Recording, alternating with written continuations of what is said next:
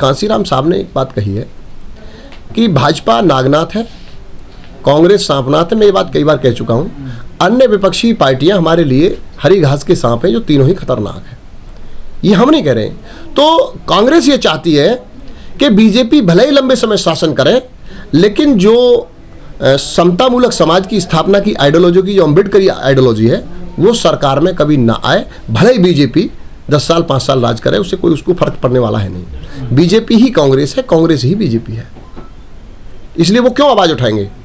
वो आवाज़ नहीं उठा सकते, क्योंकि उनको पता है आवाज़ उठा करके नुकसान किसका होगा? उनकी आइडियोलॉजी को नुकसान होगा, और आइडियोलॉजी को वो जिंदा रखना चाहते हैं। दूसरे लोग, बीएसपी जैसे लोग, जैसे बीच बीच में सरकार में आए हैं, वो इसको नहीं चाहते किसी भी कीमत पे। तो बहन जी ने तत्काल आज सुबह इसको देश के सामने रखा है, और बहुत स्पष्ट ढंग से रखा है। आप सबने, मीडिया के लोगों ने सुना है। तो पार्टी समय समय पर अपनी बात को रखती है। आज सुबह भी कहा है।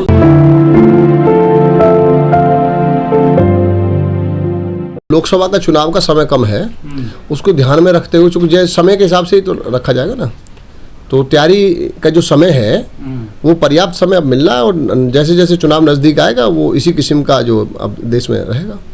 क्योंकि जो चुनाव का जो वर्तमान जो मौजूदा सरकार है वो इसी बेस पे चुनाव चुन करके आई है, और इसके आसपास ही वो घूमेगी जब तक चुनाव होगा।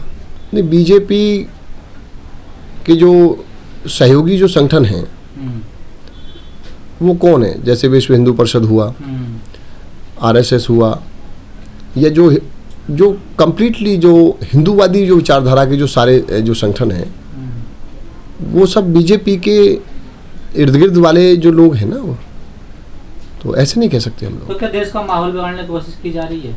नहीं, माहौल नहीं, चुनाव जीतने के। माहौल बिगड़ो वो अलग बात है, लेकिन चुनाव कैसे जीता जाए, मुख्य जो चुनावी जो रणनीति होती है उसमें केवल चुनाव जीतना एक एजेंडा होता है। नहीं, काम से जीतते तो वो बताते ना कि हमने जो जनता को ये वादे किए थे हमने वो पूरे कर दिए। उस पर अब जिस पे 14 का चुनाव हुआ था और 19 का चुनाव, 19 के चुनाव में 14 के चुनाव की कोई बात नहीं हुई। जिन बातों को लेकर के आए थे कि हम सरकार में आएंगे तो 100 दिन में महंगाई पे काबू करेंगे। 100 दिन में महंगाई नहीं, आज जो सिलेंडर उस समय जब सरकार में थे तो 350 रुपये 349 रुपये से आज 1000 प्लस हो गया है। तो जिन बातों को लेकर के सरकार में आए थे उनसे अब हट गए, क्योंकि सरकार बनाने के लिए जो उनको प्लेटफॉर्म चाहिए था वो उनको मिल गया। अब इसके आसपास ही उनके पास विकल्प है, उससे महंगाई से उससे उनका कोई न लेना देना। अभी एक नया आप देख रहे होंगे, एक मैं अभी आदेश पढ़ रहा था एक डीएम का, कि जो लोग कार्ड धारक हैं, जिनके घर में टीवी है या स्कूटर है या मोटरसाइकिल वाहन है, तो वो कार्ड को तत्काल सरेंडर करने, अन्यथा 24 रुपये प्रति किलोग्राम के, हाँ, राशन कार्ड का 24 रुपये प्रति किलो गेहूँ और 32 रुपये प्रति किलो चावल और वो चना और तेल आदि की रिकवरी की जाएगी। तो ये सारी चीज़ें ये साबित करती हैं कि चुनाव जीत गए। भाई, हम लोग विपक्ष के लोग बहुत सारे पहले कह रहे थे कि जो ये फ्री राशन मिल रहा है ये चुनाव के 1 महीने तक मिलेगा। अब वो बात सिद्ध हो गई ना, लेकिन लोगों ने उस बात को नहीं माना। अब सारी जो चीज़ें हैं, महंगाई देखिए चरम पर है। अभी मैं अभी सुबह एक बात कर रहा था, जब ये एक मैं कह रहा भाई तुम अपना राशन कार्ड वगैरह चेक करा लेना, तुम गाड़ी चलाते हो, तुम्हारे नाम शायद गाड़ी होगी, कि हाँ जी गाड़ी हमारे नाम है, तुम्हें किसको देख लेना। तो मैं कि इनका चने का, इसका कि चना तेल तो हमें कभी मिला ही नहीं। मतलब उसको जो है वो कह रहे हमें तो चावल चीनी वो मिलता था, चावल और गेहूँ मिलता था, हमें तो चना तेल कभी कुछ मिला नहीं, नमक। तो इससे इसका मतलब ये लग रहा है कि इस स्कीम में लंबा घोटाला ये भी रहा होगा कि गेहूं चावल उसको दे दिए, और जो दूसरे जो मूल्यवान जैसे तेल हो गया वो हो गया, वो राशन डीलर जहां से आ रहा है और जहां तक जाना था वो इसके बीच में ही घुमा है वो। ऐसा अब मुझे आज मेरे सामने आया एक मसला सुबह, तो इससे ऐसा लग रहा है। देखिए, महंगाई से बीजेपी के लोग सवाल करें तो अब लोगों का ध्यान जा रहा है, जैसे अभी पीछे 50 रुपये का घरेलू गैस सिलेंडर अभी बढ़ाया है पीछे। आज ये ताज़ा अभी जो 2-3 दिन से चल रहा है कि राशन कार्ड को सरेंडर कर दें, इनके पैसे आपको देने पड़ेंगे। तो इन चीज़ों पे उत्तर प्रदेश की जनता या देश की जनता खड़ी हो, उससे पहले ही उनको जाके उनको खड़ा करने का एक षड्यंत्र है, साजिश है कि ये यहाँ जो अपना उलझें। ज्ञानव्यापी हुआ, काशी हुआ, बनारस हुआ, उसको प्लानिंग के तहत बिल्कुल। अब तो निश्चित उनकी बात सही है, क्योंकि इस पर आप इसके अलावा उनके पास कोई चारा ही नहीं है। जो लोग इसकी वकालत कर रहे हैं उन्हें इससे मतलब नहीं है कि आप को रोजगार नहीं मिल रहा है, जो 2 करोड़ सालाना रोजगार की बात थी, उस रोजगार पर कोई बात नहीं कर रहा है, महंगाई पे कोई बात नहीं कर रहा है।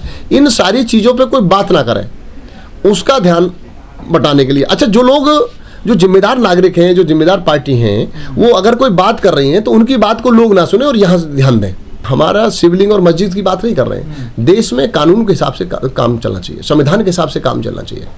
जो संविधान है उससे देश में अमन चैन कायम रहना चाहिए और देश में शांति व्यवस्था रहे, खुशहाली रहे, विकास की बात हो, तरक्की की बात हो। अभी विकास की बात हो रही है, कोर्ट के आदेश को लोगों को मानना चाहिए। अब कोर्ट जो कह रही है उस पर अपना रखे लोग। अभी विकास की बात करें, 5 साल रेगुलर बीजेपी की सरकार है स्टेट में, सेंटर में सरकार है। आप केवल बुलंदशहर से आप लाल कुएं तक आ जाइए, जिस पे आप 120 रुपये टोल देते हैं लोहाली पर, उस मार्ग को आप आ जाइए।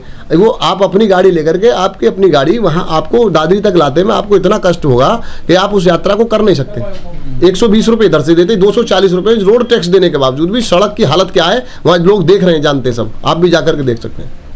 तो विकास कोई है नहीं, विकास के मुद्दों को जनता ना उठाए, वो उनकी बात ना करे, महंगाई की बात ना करे। ये बीजेपी प्लानिंग के तहत चुनाव के समय पर इनको बिल्कुल प्लानिंग से लाती है और उनका फ़ायदा उठाने की पूरी कोशिश करती है और पीछे फ़ायदा लिया भी है। और अभी उसका जो मेन मकसद है वो किसी तरह से अपने जो उनके सहयोगी संगठन है उनके मार्फत इस किस्म का माहौल हो कि फिर इसमें जो दो तरफा चुनाव हो, हिंदू मुस्लिम चुनाव हो और उसका उनको लाभ मिले और वो फिर से रिपीट हो जाए। ये प्लानिंग है चुनाव। जो देश के हालात हैं, अपार महंगाई है। आज के पेपर में ये पढ़ा है कि देश में सबसे 30 वर्ष की सबसे ऊंची महंगाई की जो खुदरा और रिटेल वाली जो महंगाई है 30 वर्ष के सबसे ऊंचे पायदान पे है। ये आज ही पेपर ने बताया है, यानी देश की अर्थव्यवस्था ने। तो देश की अर्थव्यवस्था पूरी तरह से लचर है, महंगाई जो है चरम पर है और पेट्रोल हो, चाहे डीजल हो, चाहे घरेलू गैस सिलेंडर हो, चाहे नौकरी हो, रोजगार हो, सबसे हाहाकार मचा हुआ है। इस हाहाकार को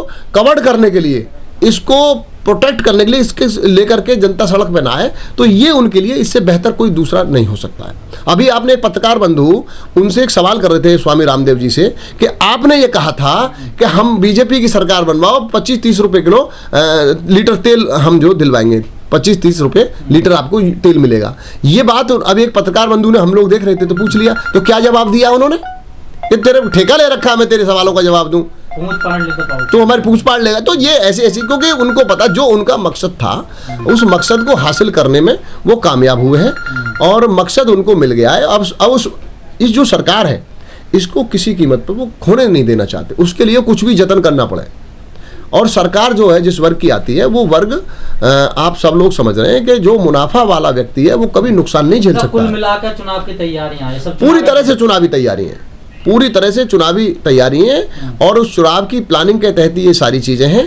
अब ये देश की, प्रदेश की जनता को देखना है कि इस तरह के झांसे में जैसे पहले आए हैं फिर आकर के अपना बेड़ा गर्क करना है, फिर अपने भविष्य, बच्चों के भविष्य को दांव पे लगाना है। प्रदेश के लोगों को, देश के लोगों को देखना चाहिए।